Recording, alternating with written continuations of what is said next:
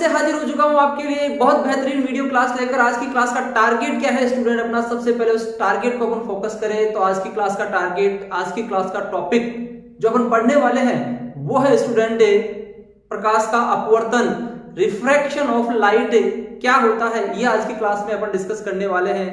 अभी तक के पीछे की अपन ने क्लासेस में डिस्कस किया है प्रकाश के अपवर्तन, गोलीय दर्पण से संबंधित चिन्ह परिपाटी, उसकी विभिन्न परिभाषाओं के साथ में अपन ने दर्पण सूत्र और दर्पण में आवर्धन का कैलकुलेशन किया है और कुछ न्यूमेरिकल्स भी अपन ने सोल्व किए हैं। आशा करते हैं कुछ न्यूमेरिकल आपने सोल्व किए होंगे। फिर भी कोई कंफ्यूजन है तो आप कमेंट बॉक्स में शेयर कीजिएगा। आज की क्लास का टॉपिक जो उसी की तरह एक इंपॉर्टेंट टॉपिक है फिजिक्स और साइंस में, और वो है प्रकाश का अपवर्तन। प्रकाश का अपवर्तन क्या होता है, इस चीज को समझना है यहाँ पर सबसे पहले। तो शुरू करते हैं आज की क्लास। मैं हूं आपका फिजिक्स गुरु श्रीराम यादव। फिजिक्स की ऑनलाइन क्लासेज में आपका एक बार फिर से सभी का स्वागत करता हूं स्टूडेंट। आज की क्लास के टॉपिक को डिस्कस करते हैं प्रकाश के अपवर्तन को। तो इस अपवर्तन की घटना को समझने के लिए यहां पर अपन एक एग्जांपल लेते हैं स्टूडेंट। एक एग्जांपल की सहायता से इस डेफिनेशन को, इस घटना को अपन समझते हैं क्या है ये प्रकाश का अपवर्तन। तो यहां पर इसको समझने के लिए स्टूडेंट अपन एक जो एग्जांपल ले रहे हैं उस एग्जांपल में देखो यहाँ पर क्या है, अपने पास इमेज में दिख रहा है आपको क्या है। अपने पास एक कांच का ग्लास है, एक कांच का ग्लास है अपने पास। उस कांच के ग्लास में एक पेंसिल लेते हैं, कोई भी रोड ले लो, पेंसिल ले लो, कुछ भी ले लिया। इसको इस प्रकार अपन ने इस कांच के ग्लास में रख दिया। कांच का ग्लास जिसमें आर पार देखा जा सकता है। यदि अपन इस पेंसिल को इस कांच के ग्लास में देखते हैं अंदर की ओर, तो ये अपने को ऐसे की ऐसे दिखाई देती है स्टूडेंट। सही है। अब यहां पर अपन इसमें कुछ थोड़ा सा परिवर्तन करते हैं। परिवर्तन ये कर रहे हैं कि यहां पर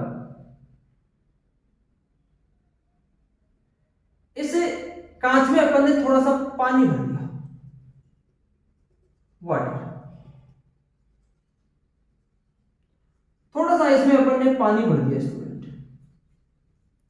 सही है। और ये अपने पास यहां पर पेंसिल जो इसमें डाली है, अब उस पेंसिल को अपन देखते हैं स्टूडेंट।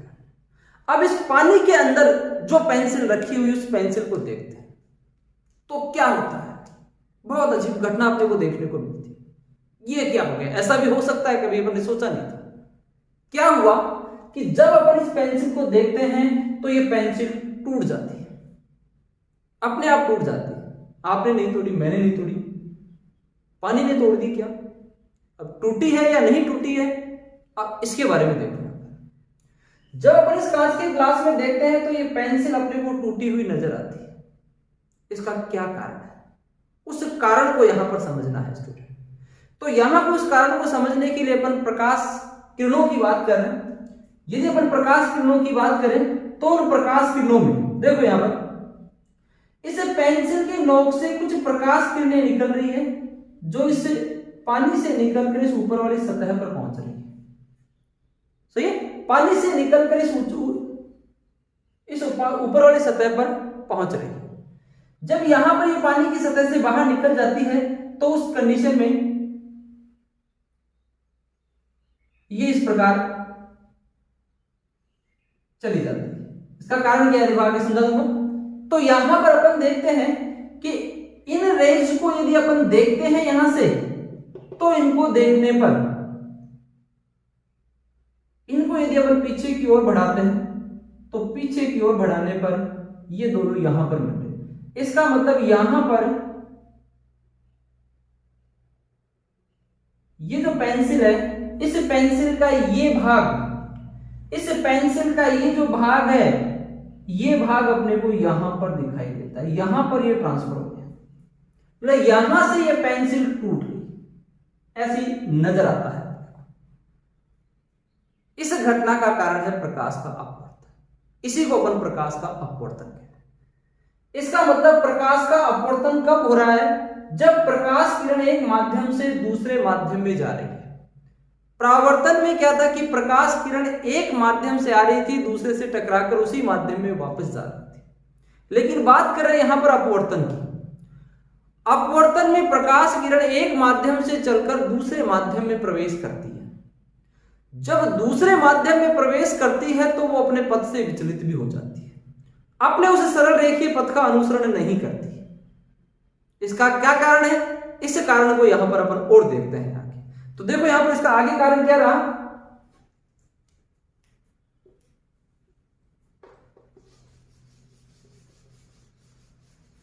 अब इस घटना को यहां पर समझते हैं अपन।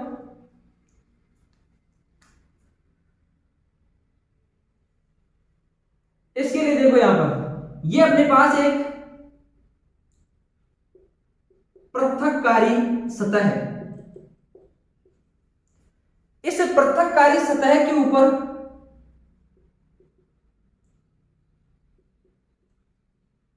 विरल माध्यम है और इस पृथककारी सतह के नीचे सघन माध्यम है।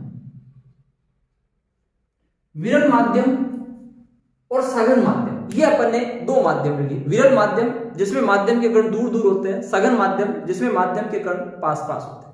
अर्थात जिसका घनत्व अधिक होता है वो सघन माध्यम होता है, जिसका घनत्व कम होता है वो विरल माध्यम होता है। विरल माध्यम के रूप में यहां पर स्टूडेंट ले लो वायु,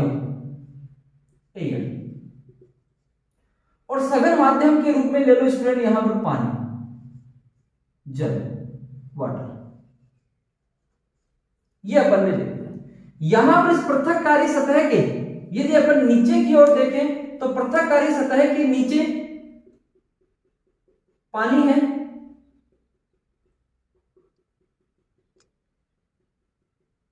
और इस पृथककारी सतह के ऊपर वायु है। अब यहां पर लेते हैं अपन एक प्रकाश किरण। प्रकाश किरण ले रहे हैं जो वायु से चलकर इस पृथककारी सतह पर आपतित हो रही है। एक प्रकाश किरण ले रहे हैं जो वायु से चलकर इस पृथककारी सतह पर आपतित हो रही है। जब इस पृथककारी सतह पर आपतित होती है तो ये अपने पथ से विचलित हो जाती है। इस प्रकाश किरण के सरल रेखीय पथ की अपन बात करें तो इस प्रकाश किरण का जो सरल रेखीय पथ है वो ये है, लेकिन ये अपने पथ से विचलित हो जाती है और अपने इस पथ से विचलित होकर ये इस दूसरे माध्यम में प्रवेश कर जाती है। अपने पथ से विचलित होकर ये दूसरे माध्यम में इस प्रकार प्रवेश कर जाती है। सही है। तो यहां पर प्रकाश के अपवर्तन में यही तो था कि एक प्रकाश किरण आ रही है एक माध्यम से चलकर और दूसरे माध्यम की सतह पर आपतित होकर जब उसमें प्रवेश करती है तो वो अपने पथ से विचलित हो जाती है। इसी घटना को अपन प्रकाश का अपवर्तन कह रहे हैं। अब यहां पर प्रकाश के अपवर्तन की सटीक परिभाषा क्या है वो देखो। यहां पर प्रकाश के अपवर्तन की सटीक परिभाषा देखो, बोर्ड पे नोट करना। जब कोई प्रकाश किरण एक पारदर्शी एवं समांगी माध्यम से चलकर, जब कोई प्रकाश किरण एक समांगी एवं पारदर्शी माध्यम से चलकर दूसरे पारदर्शी एवं समांगी माध्यम में प्रवेश करती है तो वह अपने पथ से विचलित होकर दूसरे माध्यम में प्रवेश कर जाती है। प्रकाश किस घटना को प्रकाश का अपवर्तन कहते हैं। Clear student? अपवर्तन की परिभाषा नोट करना। यहां से अपवर्तन की परिभाषा क्या है? जब कोई प्रकाश किरण एक पारदर्शी माध्यम से चलकर दूसरे पारदर्शी माध्यम में प्रवेश करती है तो अपने पथ से विचलित होकर दूसरे माध्यम में प्रवेश कर जाती है। प्रकाश किस घटना को प्रकाश का अपवर्तन कहते हैं। एक इंपॉर्टेंट परिभाषा, एक नंबर आपको पक्का करना है तो इस परिभाषा को एज इट इज याद रखना, दिमाग में बैठा लो कि अपवर्तन में प्रकाश किरण आ रही है और आकर दूसरे में प्रवेश करके जा रही है, वापस नहीं जा रही है, दूसरे में चली गई, पहले से दूसरे में चली गई, ट्रांसफर कर दिया। पहले में आई और पहले में आकर दूसरे को ट्रांसफर कर दिया। लेकिन जब भी दूसरे माध्यम में प्रवेश करेगी वो अपने पथ से विचलित होगी स्टूडेंट। सही है। तो अपवर्तन की ये परिभाषा। अब यहां पर अपवर्तन की परिभाषा में यहां पर साथ में डायग्राम में और देखें क्या है। इस आने वाली प्रकाश किरण को अपन क्या कह रहे हैं? आपतित किरण कह रहे हैं। और इस दूसरे माध्यम में जाने वाली प्रकाश किरण को अपन क्या कह रहे हैं? अपवर्तित किरण कह रहे हैं। वहां पर परावर्तित किरण थी, यहां पर अपवर्तित किरण। यहां पर इस पृथककारी सतह का ये बिंदु अपना क्या है, पृथककारी सतह का ये जो बिंदु है ये अपना आपतन बिंदु है, और इस आपतन बिंदु पर डाला गया लंब क्या कहलाता है, अभिलंब कहलाता है। ये इसका अभिलंब है, सही है। अब यहां पर आपतित किरण और अभिलंब के बीच में जो बनने वाला कोण है, आपतित किरण और अभिलंब के बीच में बनने वाले कोण को आपतन कोण कहते हैं, आपतन कोण, जिसको आई से व्यक्त करते हैं। इसी प्रकार अपवर्तित किरण और अभिलंब के बीच में यहां पर कोण बन रहा है जिसको बोलते हैं अपवर्तन कोण। क्या है, अपवर्तन कोण, जिसको स्मॉल आर से व्यक्त करते हैं। सही है स्टूडेंट। यहां पर प्रकाश किरण एक माध्यम से दूसरे माध्यम में जा रही है, तो वो देखो यहां पर स्टूडेंट अपने पथ से विचलित होकर अभिलंब की ओर आ रही है। क्या इसके अपोजिट भी हो सकता है? क्या यही प्रकाश किरण अभिलंब से दूर भी जा सकती है? तो देखो ये दूर भी जाएगी। कैसे जाएगी? जब प्रकाश किरण सघन माध्यम से विरल माध्यम है, उसी डायग्राम को मैंने अपोजिट कर दिया है।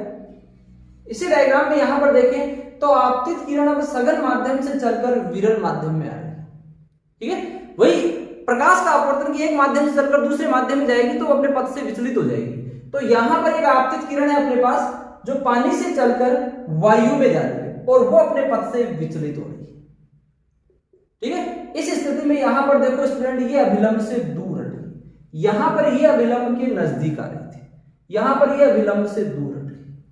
तो यहां पर इन दोनों डायग्राम से ये चीज स्पष्ट हो गया है क्या, कि जब कोई प्रकाश किरण विरल माध्यम से सघन माध्यम में प्रवेश करती है तो वह अभिलंब अपवर्तन के पश्चात अभिलंब की ओर झुक जाती है, ठीक है। जब कोई प्रकाश किरण विरल माध्यम से सघन माध्यम में प्रवेश करती है तो वह अपवर्तन के पश्चात अभिलंब की ओर झुक जाती है। कारण क्या है आगे बताऊंगा इसका। इसी प्रकार जब कोई प्रकाश किरण सघन माध्यम से विरल माध्यम में प्रवेश करती है तो अपवर्तन के पश्चात अभिलंब से दूर हट जाती है। ये दोनों चीज दिमाग में क्लियरली बैठा है, ठीक है। इन दोनों कंडीशंस में यहां पर आपतन कोण और अपवर्तन कोण में ये संबंध है कि यहां पर आपतन कोण ग्रेटर देन होता है अपवर्तन कोण के, और यहां पर आपतन कोण लेस देन होता है अपवर्तन कोण। अर्थात विरल से सघन माध्यम में जाने पर हमेशा अपवर्तन कोण का मान घटता है क्योंकि अभिलंब की ओर झुक रही है।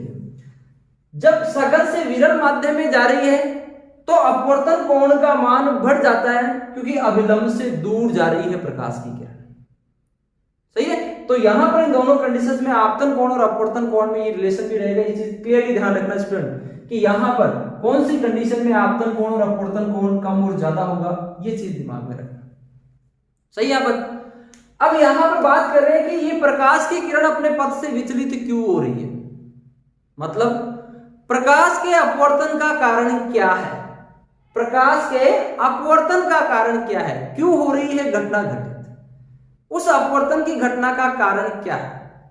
तो इस घटना के कारण को खोजते हैं। इस घटना के कारण को खोजे अपन तो यहां पर प्रकाश किरण की बात कर रहे हैं कि एक माध्यम से दूसरे माध्यम में जा रही है, एक माध्यम से दूसरे माध्यम में जा रही है, अर्थात विरल से सघन या सघन से विरल माध्यम में जा रही है। मैं छोटा सा एग्जांपल आपको समझाना चाहूंगा। मान लो आप अपने घर से निकल रहे हो, गाड़ी में, फोर व्हीलर में, साइकिल पर, मोटरसाइकिल पर, कैसे भी आप जा रहे हो, ठीक है। जब आप सड़क पर चल रहे होते हैं तो सड़क पर यदि चलते चलते ट्रैफिक बढ़ने लगता है तो अपने गाड़ी की जो स्पीड है वो अपने को धीरे धीरे कम करनी पड़ती है। जैसे जैसे अपन ट्रैफिक में बढ़ते जाएंगे, अपने चारों ओर का ट्रैफिक बढ़ता जाएगा, क्या होगा, गाड़ी की स्पीड कम होती जाएगी, सही है।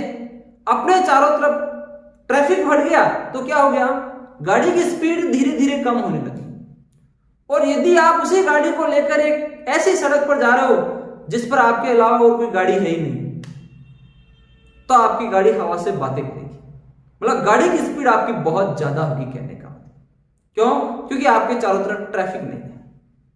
सही है, तो वही चीज यहां पर लागू हो रही है स्टूडेंट।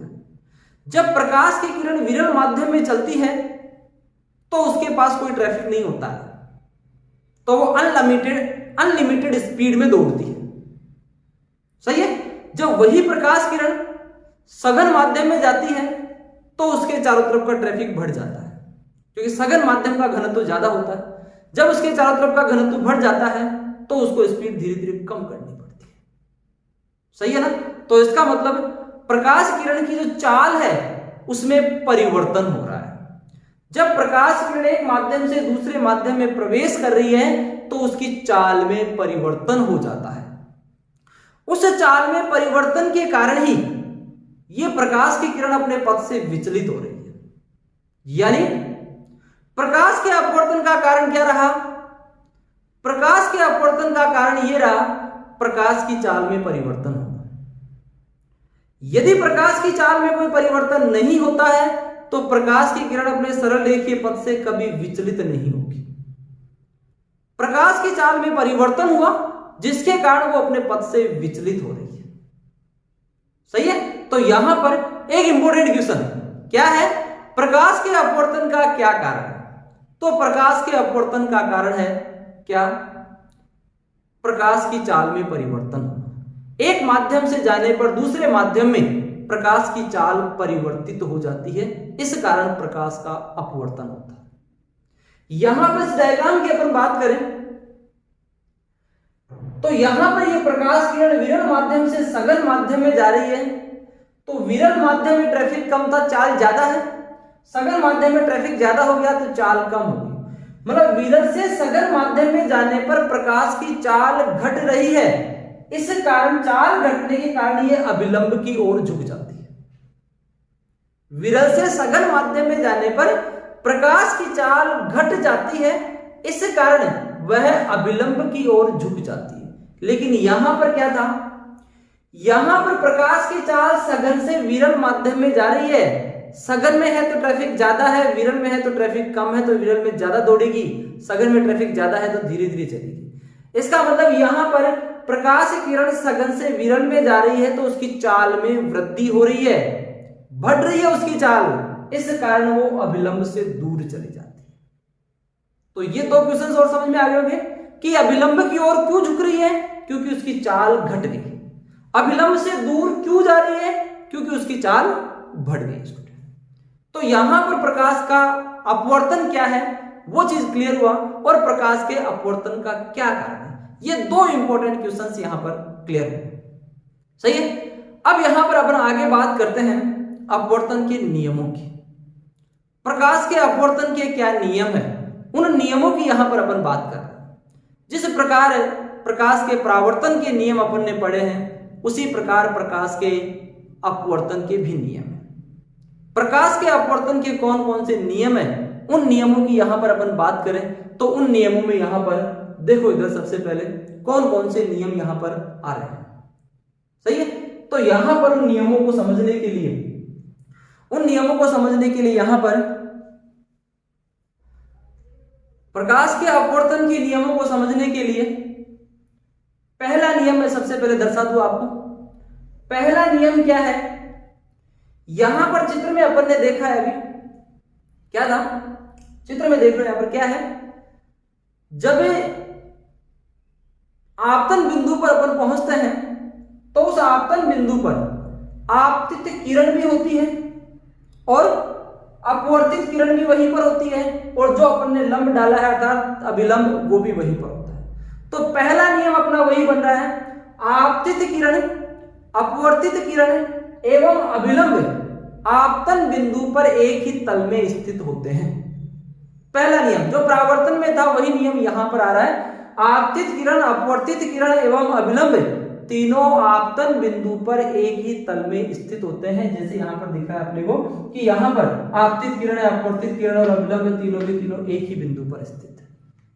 तीनों के तीनों यहां पर एक ही बिंदु पर स्थित है स्टूडेंट। सही है, दूसरे नियम की ओर बढ़ते हैं। दूसरा नियम है अपना जो इसका अपवर्तन का प्रधान नियम या मुख्य नियम कहलाता है, या जैसे स्नेल का नियम भी कह सकते हैं। अपवर्तन के दूसरे नियम को अपन स्नेल का नियम भी कह सकते हैं स्टूडेंट। सही है, क्या है वो नियम? वो नियम देखो यहां पर, एक निश्चित तरंगदैर्घ्य का प्रकाश, निश्चित तरंगदैर्घ्य का मतलब एकवर्णी प्रकाश, निश्चित तरंगदैर्घ्य का मतलब एकवर्णी प्रकाश, एक निश्चित तरंगदैर्घ्य का प्रकाश जब एक माध्यम से चलकर दूसरे माध्यम की सतह पर अपवर्तित होता है तो वह अपने पथ से विचलित होकर उस दूसरे माध्यम में प्रवेश कर रहा है। तो उस आपतित होने वाले निश्चित तरंगदैर्घ्य के प्रकाश के लिए बनने वाले आपतन कोण और अपवर्तन कोण के मध्य संबंध को व्यक्त करता है यह स्नेल का नियम। क्या है स्नेल का नियम? ध्यान से सुनो। स्नेल के नियम के अनुसार एक निश्चित तरंगदैर्घ्य के प्रकाश के लिए आपतन कोण की ज्या एवं अपवर्तन कोण की ज्या का अनुपात एक नियतांक होता है। स्नेल का नियम क्या है? स्नेल का नियम आपतन कोण की ज्या एवं अपवर्तन कोण की ज्या का अनुपात एक नियतांक होता है और उस नियतांक को अपन क्या बोलते हैं? अपवर्तनांक। माध्यम का अपवर्तनांक उसे कह सकते हैं। अर्थात यहां पर क्या मिल गया?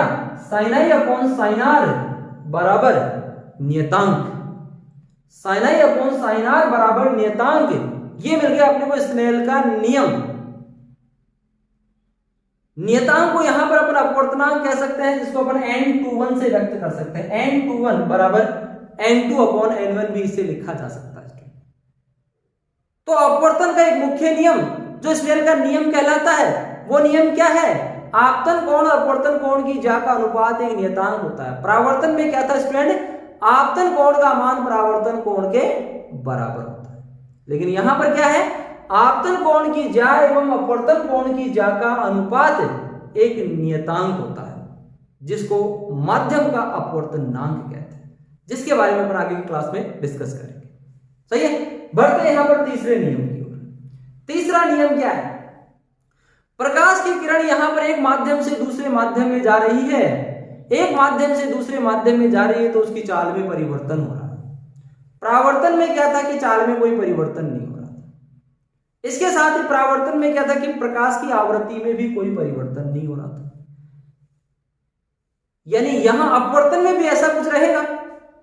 यदि अपन प्रकाश के अपवर्तन की बात करें तो जो अपवर्तित किरण है, उस अपवर्तित किरण की आवृत्ति एवं रंग आपतित किरण के समान ही रहता है, उसमें कोई परिवर्तन नहीं होता। आपतित प्रकाश की आवृत्ति और रंग परावर्तित अपवर्तित किरण के समान ही होता है। दोनों किरणों के लिए आवृत्ति और रंग है वो हमेशा एक समान रहेगा स्टूडेंट।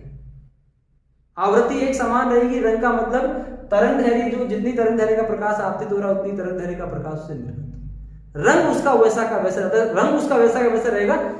सही है, इसके साथ ही उसकी आवृत्ति भी एक समान है। तो यहां पर एक इंपॉर्टेंट क्वेश्चन और बन गया, ऐसी कौन सी भौतिक राशि है जो प्रकाश के परावर्तन और अपवर्तन में नियत रहती है? ध्यान से सुनो, इंपॉर्टेंट क्वेश्चन है कंपटीशन एग्जाम्स और बोर्ड एग्जाम्स के लिए। क्या है? ऐसी कौन सी भौतिक राशि है जो प्रकाश के परावर्तन और अपवर्तन में नियत रहती है? वो है कौन सी? अभी बताइए। फ्रीक्वेंसी, आवृत्ति। प्रकाश की जो आवृत्ति है वो इन दोनों घटनाओं में हमेशा नियत रहती है। चाहे प्रकाश की किरण एक माध्यम से दूसरे में, दूसरे से तीसरे में क्यों नहीं चल जाए, उसमें कभी कोई परिवर्तन नहीं होता। सही है, तो यहां पर ये तीन नियम पढ़े अपने प्रकाश के अपवर्तन के। जिस प्रकार तीन नियम प्रकाश के परावर्तन के थे, उसी प्रकार तीन नियम प्रकाश के अपवर्तन के। एक विशेष कंडीशन इसकी ओर देख ले क्या है। जैसे परावर्तन में अपन ने देखा था कि जब कोई प्रकाश किरण दूसरे माध्यम की सतह पर लंबवत आपतित होती है तो वह उसी पथ पर वापस लौट जाती है। इमेज में देखो इधर, प्रकाश की किरण जब अब लंबवत आपतित होती है परावर्तन में तो उसी पथ पर वापस लौट जाती है। तो इसका मतलब अपवर्तन में भी ऐसा कुछ होगा। परावर्तन में हुआ है तो इसका मतलब अपवर्तन में भी ऐसा कुछ रहेगा। तो यहां पर भी देखो कि जब कोई प्रकाश किरण दूसरे माध्यम की सतह पर लंबवत आपतित होती है तो वह अपने पथ से बिना विचलित हुए सीधी की सीधी निकल जाती है। वह अपने पथ से बिना विचलित हुए सीधी की सीधी निकल जाती है। कब? जब प्रकाश की किरण दूसरे माध्यम की सतह पर लंबवत आपतित होती है तो अपने पथ से विचलित नहीं होती है। विचलित कब होगी? जब प्रकाश की किरण तिरछी आपतित हो रही है। तिरछी आपतित हो रही है तो वो अपने पथ से विचलित होगी। यदि लंबवत आपतित हो रही है तो वो अपने पथ से बिना विचलित हुए दूसरे माध्यम में प्रवेश कर जाती है। तो यहां पर आज की क्लास में स्टूडेंट अपन ने एक बहुत इंपॉर्टेंट टॉपिक डिस्कस किया है, प्रकाश का अपवर्तन और अपवर्तन के नियमों की व्याख्या की है अपन। यदि यहां पर इस क्लास में किसी भी टॉपिक में आपको स्टूडेंट कोई भी कंफ्यूजन है तो उस कंफ्यूजन को आप कमेंट बॉक्स में शेयर कीजिएगा। यदि आपको वीडियो अच्छा लगा है तो इसे शेयर कीजिएगा और आगे ऐसे ही वीडियो के लिए आपको कंटिन्यू चैनल के साथ में बने रहना है तो सब्सक्राइब कीजिए फिजिक्स गुरु SR यादव को और अन्य दोस्तों को भी इसके बारे में बताइए। Thank you student.